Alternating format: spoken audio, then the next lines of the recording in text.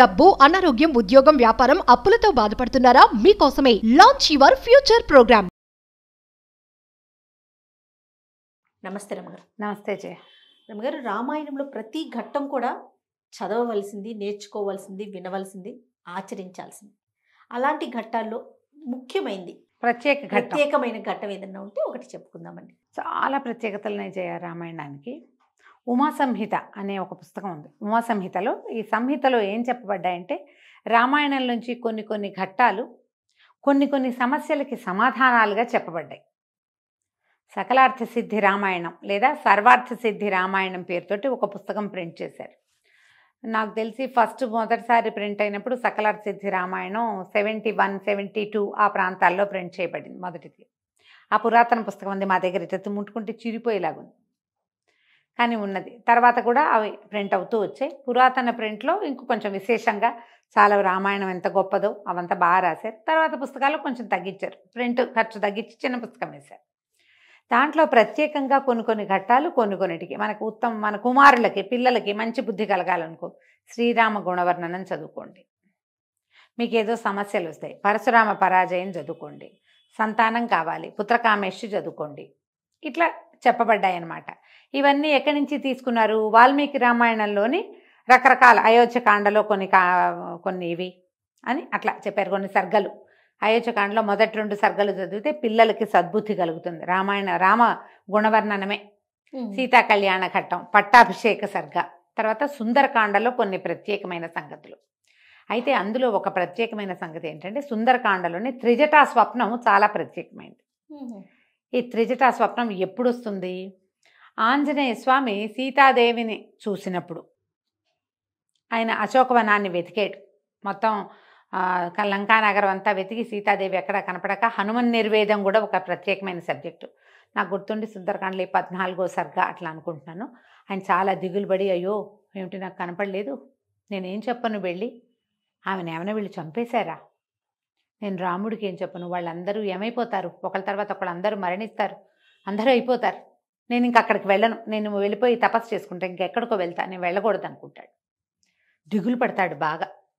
హనుమన్ నిర్వేదం చాలా అద్భుతమైన ఘట్టం. ఇదేంటంటే మానసికమైన చిత్తచాంచల్యాలు కలిగినప్పుడు, మానసికమైన సమస్యలు, మనకే డిప్రెషన్ కానీ మనకే ఏదైనా మెంటల్ ఇష్యూస్ కొన్ని వస్తాయి కదా, ఆ వచ్చిన వాళ్ళు ఈ హనుమన్ నిర్వేదం చదువుకోమంటారు. ఈ హనుమన్ నిర్వేదం తర్వాత ఆయన అశోకవనాన్ని చూస్తాడు. చూసి అశోకవనం ఇదేంటి ఇంత అద్భుతంగా ఉంది, ఇక్కడ ఉందేమో అని వెళ్తాడు. అశోకవనంలోకి వెళ్తే ఒక చెట్టు కింద, సించుపా వృక్షం కింద ఈవిడ కూర్చొని కనపడుతుంది. అప్పుడు ఈయన చెట్టు మీద ఉండగానే రావణాసురుడు వస్తాడు. ఆయన బోళ్ళంతమంది స్త్రీలతోటి పరివేష్టితుడుగా వచ్చి ఆమెని, సీతాదేవిని నన్ను వివాహం చేసుకోమని, వెళ్తే చక్కగా ఉండు, నువ్వు హాయిగా ఉండొచ్చు, హాయిగా అనుభవించాలి, నువ్వెందుకు ఇట్లా చేస్తున్నావని మాట్లాడతాడు. ఆమె పరమ దుఃఖంతో ఆయన నేను కాదంటుంది, వెళ్ళిపోమంటుంది, గడ్డిపోసను అడ్డం పెట్టుకుంటే నేను నీతో మాట్లాడినంటుంది. ఈమెని లైన్లో పెట్టండి అని ఇక్కడ చుట్టూతా ఉన్న రాక్షసులకి చెప్పి వెళ్ళిపోతాడు. చాలామంది రాక్షసీ గణంతో రాక్షస స్త్రీలతోటి కాపలా గాయపడుతూ ఉంటుంది ఆవిడ అక్కడ. అయితే ఉన్న వాళ్ళంతా బెదిరిస్తారు రాక్షస స్త్రీలు ఆమెని, నీకేమిటి, నీ భర్త ఎప్పుడో పోయాడు, ఓడిపోయాడు, నిన్ను అడవికి తీసుకొచ్చాడు, అతనితోటేమిటి, అతనేం లేదు, మానవుడు, అతను ఏమీ చేయలేడు, రావణాసురుడిని పట్టుకోవటం కష్టం, ఈయన చాలా శక్తిమంతుడు, త్రిలోకాధిపతి, దేవతలే ఈయన ముందు సాగిలపడతారు, ఆయన్ని ఒప్పుకోమని ఈ రాక్షస స్త్రీలంతా సీతాదేవిని బలవంత పెడతారు. ఇదంతా ఆంజనేయులు పైన కూర్చొని చెట్టు కింద వింటూ ఉంటారు. ఆమె దుఃఖంతో నేను చనిపోతాను, చచ్చిపోవటమే, చావే శరణ్యం, రాముడు రాలేడంటే ఇంకా నేను చేయగలిగేదేం లేదు, చచ్చిపోతానని, నేను ఆత్మహత్య చేసుకుంటానని ఆవిడ ఏడుస్తూ చెప్తుంది. కొంతమంది రాక్షస స్త్రీలు ఈమె సూసైడ్ చేసుకునే ప్రయత్నం చేయబోతోందని రావణాసురుడికి చెప్పడానికి పరిగెత్తారు.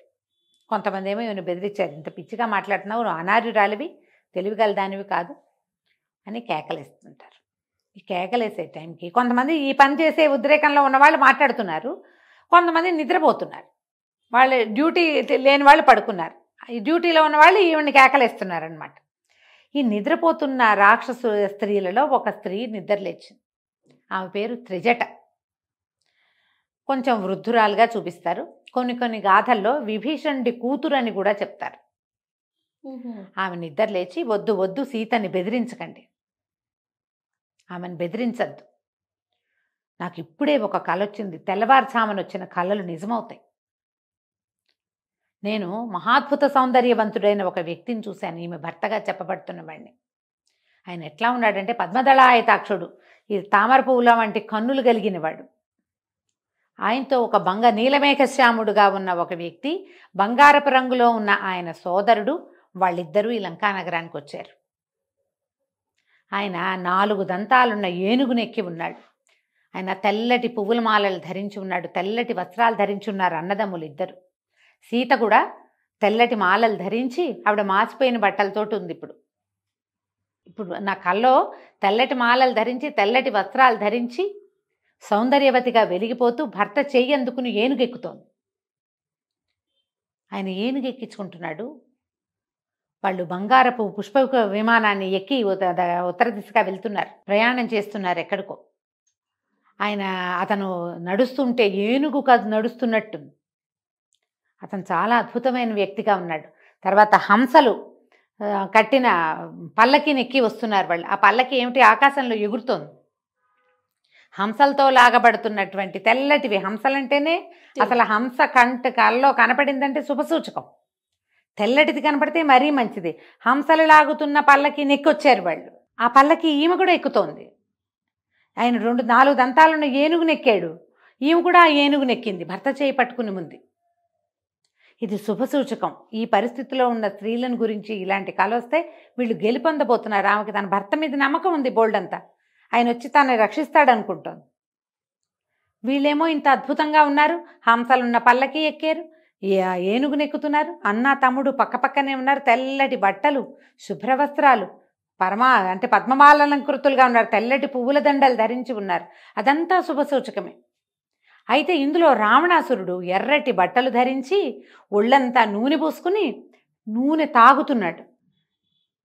ఒక ఎర్రటి వస్త్రాలు కట్టుకున్న ఒక స్త్రీ రావణాసురుడిని నేల మీద ఈడ్చుకెళ్తోంది. ఈ తర్వాత కుంభకర్ణుడు వీళ్ళంతా గాడిదల మీద ఊరేగుతున్నారు. వాళ్ళు నూనె కనపడకూడదు అసలు కల్లో, అలాంటిది నూనె తాగుతూ కనపడ్డాడు. నూనె రాసుకుని ఉన్నాడు రావణాసురుడు. అదే పేడలో మునిగిపోతున్నారు వాళ్ళు, రావణాసురుడు కుంభకర్ణుడు. అక్కడి నుంచి లంకా నగరం అంతా దగ్ధమైపోతోంది. రాక్షస స్త్రీలంతా తైలం తాగుతూ తైలం రాసుకుంటూ ఏడుస్తున్నారు. ఈమెమో హాయిగా నవ్వుతోంది భర్తతోటి. కళ ఎట్లా ఉంది, వీళ్ళకి అశుభంగాను వాళ్ళకి శుభంగాను కనపడుతోంది.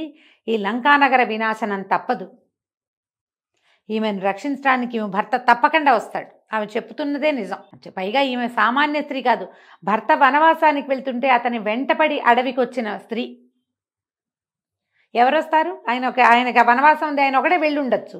ఆ కష్టాలు నేను పడలేను బాబు, నా వల్ల కాదు, ఆ సినిమాకి నేను రాను, తలకాయ నొప్పి అంటారు. ఇప్పుడు ఆయనతో పాటు భర్తతో వెళ్దామనుకోరు, అది నాకు బోరని మానేస్తారు. అలాంటిది ఈమె అడవికే బయలుదేరింది, 14 సంవత్సరాలు తిరిగింది ఆయనతో పాటు అడవిలో పడి. అలాంటి స్త్రీ ఆమె మనసులో ఏదనుకుంటే అది అయిపోతుంది. ఈమెకి శుభం కలగబోతుంది. పైగా చూడండి సీతని, ఆమె కన్ను కొట్టుకుంటోంది, కన్ను అదురుతోంది, ఆమె భుజం అదురుతోంది, ఆమెకు శుభం జరగబోతోంది.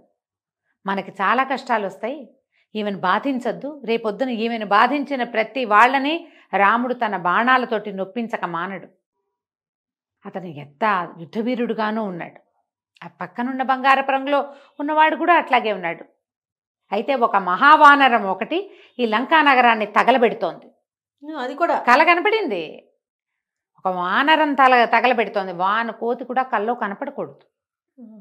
ఆంజనేయ స్వామి అయినప్పటికీ అంటారు, ఇదే చెప్తారు. సీతాదేవికి ఆ పైకి చెట్టు మీదకి కళ్ళు చూసేసరికి ఆంజనేయుడు కనపడితే కళ అనుకుని ఆవిడ అయ్యో కల్లో కోతి కనపడకూడదు, నా కోతి కనిపించిందని బెంగపెట్టుకుంటుంది ఆవిడ. అది నిజం అనిపించదు, క్షణం పాటు తన కల్లో ఉన్నాను అనుకుంటుంది. ఇలా త్రిజట చెప్తుంది ఈ సంగతి అంతా. రేపు త్వరలో లంకానగర నాశనం తప్పదు. రావణుడు పొరపాటు చేశాడు, అతనికి మరణం తథ్యం. ఆయన ఎర్రటి బట్టలు కట్టుకుని కనపడుతున్నాడు, నూనె తాగుతున్నాడు, నూనె రాసుకుంటున్నాడు ఒంటికి, గాడిదనెక్కుతున్నాడు. సార్వభౌమత్వాన్ని త్రిలోకాధిపత్యం ఉన్నవాడు గాడిదనెక్కటం ఏమిటి? గాడిదనెక్కి కనపడుతున్నాడు, తమ్ముళ్లతో సహా కుమారులతో సహా సమస్తమైన జనాలు గాడిదల్ని ఒంటెల్ని ఎక్కి ఊరు వెళ్తున్నారు. వాళ్ళు అందరూ బురదలో పేడలో కూరుకుపోయి కనిపిస్తున్నారు. అందరూ నూనె తాగుతున్నారు, తాగి ప్రేలాపనలో మునిగి తేలుతున్నారు. వాళ్ళందరికీ మరణం తథ్యం. కాబట్టి సీతని బాధించద్దు, ఆమెను వదిలిపెట్టేయండి, ఆమెతో మాట్లాడద్దు. ఏది జరగాలనుందో అది జరుగుతుంది, తెల్లవారుజామున వచ్చిన కళ్ళలు నిజమవుతాయని ఆవిడ సీతకి దండం పెట్టిందట త్రిజట. ఇదంతా వింటున్నాడు ఆంజనేయ స్వామి. రేపు జరగబోయేది ఇది. ఇదంతా వాళ్ళకి శుభమే కదా. రాక్షస స్త్రీలు గమ్మునైపోయారు, తగ్గిపోయారు, నిశ్శబ్దంగా ఉన్నారు. ఈవిడ సీతాదేవి మాత్రం నా వల్ల కాదు, వీళ్ళందరూ ఎవరి దారిని వాళ్ళ నిద్రలో పడ్డారు. ఆవిడ ఈ చెట్టుకు ఉరిపోసుకుందాం అనుకుంది. అప్పుడు ఆంజనేయ స్వామి ఈ రామగాథ అంతా చెప్పాడు. ఇక్ష్వాకు వంశ ప్రభు ఉన్నాడు, ఆయనకి కుమారులు ఉన్నారు 4 అని కథ అంతా చెప్పేసరికి ఆవిడప్పుడు ఆంజనేయ స్వామితో మాట్లాడింది. తర్వాత ఏముంది, ఇది మన లంకాదహనం జరిగిపోయింది. ఈ రావణాసురుడితో మాట్లాడడం, మళ్ళీ వెళ్ళి ముద్రిక ఈవిడికేమో ఉంగరం ఇచ్చి ఆవిడ యొక్క చూడామణిని తీసుకుని ఆయన వెళ్ళిపోయాడు. తర్వాత రాముడు తదితర సైన్యం అంతా మళ్ళీ వచ్చారు. ఈ త్రిజటా స్వప్నాన్ని గనక చదివితే ఇది సుందరకాండలో 27వ సర్గ. మీకు పీడకలలు వస్తాయి ఒక్కొక్కసారి. పీడకలల్లో మరణము, దుర్మరణాలు, యాక్సిడెంట్లు, మనకి సంబంధితుల వాళ్ళ గురించిన చెడ్డ కళ వచ్చినప్పుడు త్రిజటా స్వప్నాన్ని గనక చదువుకుంటే ఎక్కువ లేవు, ఒక 52-51 శ్లోకాలు ఉంటాయి, చకచకా చదివేసుకోవచ్చు. రామాయణం అంత టఫ్గా అనిపించదు. మామూలుగా మన విష్ణు సహస్రనామం, లలితా సహస్రం చదివే అలవాటు ఉన్న వాళ్ళైతే చదవగలుగుతారు. అర్థం తాత్పర్యం అన్న పుస్తకం తెచ్చుకున్నారా మీకు ఇంకా సులువుగా ఉంటుంది. శ్లోకం చదివి అర్థం చదువుకోవచ్చు. అది చదివితే మీకు తరచుగా వచ్చే పీడకలల నుంచి మీరు విముక్తి పొందుతారు. ఇంకొకటి, ఏదైనా ఒక ప్రత్యేకమైన పనులు మొదలుపెట్టి ఇది సరిగ్గా అవుతుందా అవదా అన్న ఒక అనుమానం ఉంటుంది మనకి. కార్యజయం, ఆ పని అవ్వదు అన్న అనుమానం ఉన్న పనులు కనుక మీరు మొదలు పెడితే అప్పుడు కూడా త్రిజటా స్వప్నాన్ని రోజువారీ ఒక 11 రోజులు కనుక మనం చదువుకుంటే కార్యజయం కలుగుతుంది. దానికి ఏ అడ్డంకులు రావచ్చని మీరు భావిస్తున్నారో అవన్నీ తొలగిపోయినట్టుగా భావించి చదువుకోవాలి. చదువుకుంటే ఈ ప్రయోజనం లభిస్తుంది. చిన్నప్పుడు స్కూల్ పాఠాల్లో కూడా ఉన్నది మాకు త్రిజటా స్వప్నం.